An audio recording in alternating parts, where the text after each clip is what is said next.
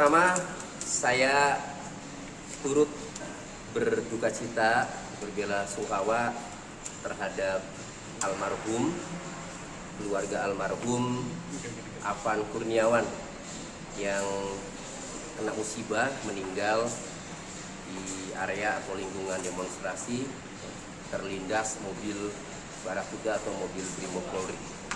Semoga almarhum Afan Kurniawan husnul khotimah dan kepada keluarga yang ditinggalkan semoga diberikan ketabahan.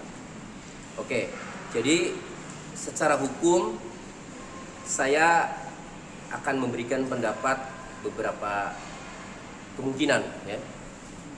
Jadi kalau meninggalnya itu ini diakibatkan karena terlindas ya, maka seperti kita saksikan videonya ya, memang ada berbagai kemungkinan ya. Kalau kemungkinannya itu ya, yang mengendarai mobil Barakuda, mobil Brimob tersebut ya, itu dia tidak sengaja atau lalai ya. Lalai dalam arti lalai itu dia tidak sengaja tuh untuk menabrak kemudian sampai meninggal, itu tidak sengaja misalnya, maka oknum polisi ya, atau pelaku itu bisa dikenakan dengan pasal 359 KUHP dan atau pasal 310 Undang-Undang Lalu Lintas. Pasal 359 KUHP itu ya, itu tindakan karena kealpaannya, kelalaiannya mengakibatkan orang meninggal. Ancaman hukumannya itu 5 tahun ya, 5 tahun penjara paling lama. Nah, kemudian kalau pasal 310 KUHP ini juga sama ya, mengendarai kendaraan ya, kemudian karena kelalaiannya atau kealpaannya mengakibatkan orang meninggal dunia. Nah, ini ancaman hukumannya paling lama 6 tahun. Itu kalau ya, pengemudinya itu lalai atau tidak sengaja ya, mengakibatkan Afan Kurniawan itu meninggal dunia. Tetapi lain lagi seandainya ya, ternyata hasil pemeriksaan ya, atau hasil pengamatan misalnya sengaja ya, sengaja dalam arti sudah tahu ini ada orang ya, ada orang memakai jaket Gojek yang sangat terang ya, terlihat, tetapi kemudian dia tabrak ya. Setelah ditabrak kemudian misalnya sudah tahu ini ya, bahwa setelah tertabrak ini kan berasa atau tahu, malah kemudian misalnya maju lagi kemudian akhirnya sampai terlindas. Nah, ada dua nih, ketika terlindas ya, maju lagi sampai terlindas itu ada dua kemungkinan. Kemungkinan pertama bisa panik, kemungkinan kedua sengaja.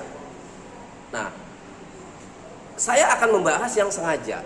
Kalau memang ya sudah tahu ada orang kemudian tertabrak ya, itu kan tahu nih misalnya, oh tertabrak ini harusnya mundur, kemudian jangan maju lagi ya, kemudian tiba-tiba maju lagi, akhirnya tertabrak, terlindas dan membuat korban meninggal dunia.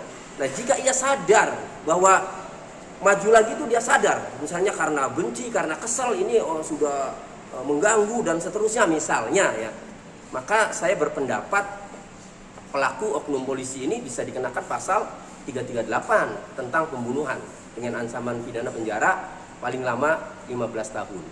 Nah, tetapi itu semua kembali kepada penyidik. Saya tadi menyaksikan konferensi pers ya, ternyata untuk tindak pidananya atau di reskrimnya ini belum ditetapkan tersangka, informasinya masih penyelidikan.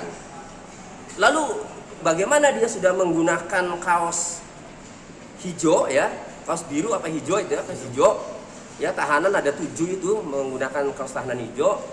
Berarti kalau di pidananya itu belum diproses, masih penyelidikan, nah berarti dia menggunakan kaos hijau itu kemungkinannya itu penegakan hukum disiplin atau kode etik. Nah, sama, jika dia sengaja, maka sanksi kode etiknya juga berat, bisa PTDH kalau terbukti sengaja. Tetapi kalau lalai, ya kalau tidak sengaja, saya rasa ya itu tidak sampai di PTDH. Nah, jadi baik hukuman disiplin, kode etik ya maupun pidana ini sama-sama berat seandainya memang hasil pemeriksaan ya, hasil pengamatan video itu kan beredar tuh ya, hasil pengamatan video ya.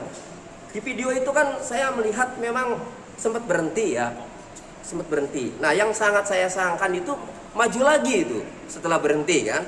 Nah, maju lagi. Nah, tapi saya tidak tahu apakah dia maju lagi ini karena panik ataukah sengaja. Nah, ini harus didalami. Nah, oleh karenanya masyarakat menurut saya harus menunggu saja ya proses yang dilakukan oleh Mabes Polri ini ya agar ada kepastian hukum. Dan saya berharap Mabes Polri juga harus memberikan rasa percaya kepada masyarakat. Karena saya melihat masyarakat yang demo ini yang sampai mendatangi Brimob di Kuitang itu tujuannya itu kan agar pelaku diproses, tapi prosesnya harus transparan.